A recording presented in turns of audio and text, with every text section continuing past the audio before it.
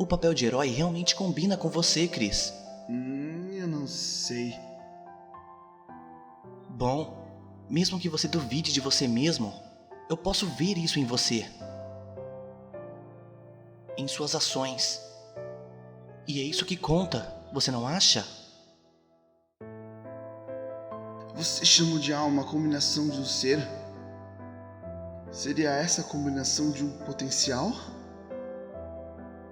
Se você pudesse ver cada possibilidade, eu ainda seria esse herói? Chris, você tem medo de não ser uma boa pessoa? Mas se quer saber, eu não acho que ser bom é tão simples assim. E rótulos não podem determinar isso. Você pode se perder no que você chama de heroísmo, ou achar que suas boas intenções têm suas culpas. Eu tenho certeza que há diversas histórias de pessoas assim. Eu tenho certeza que algumas delas tiveram um final feliz.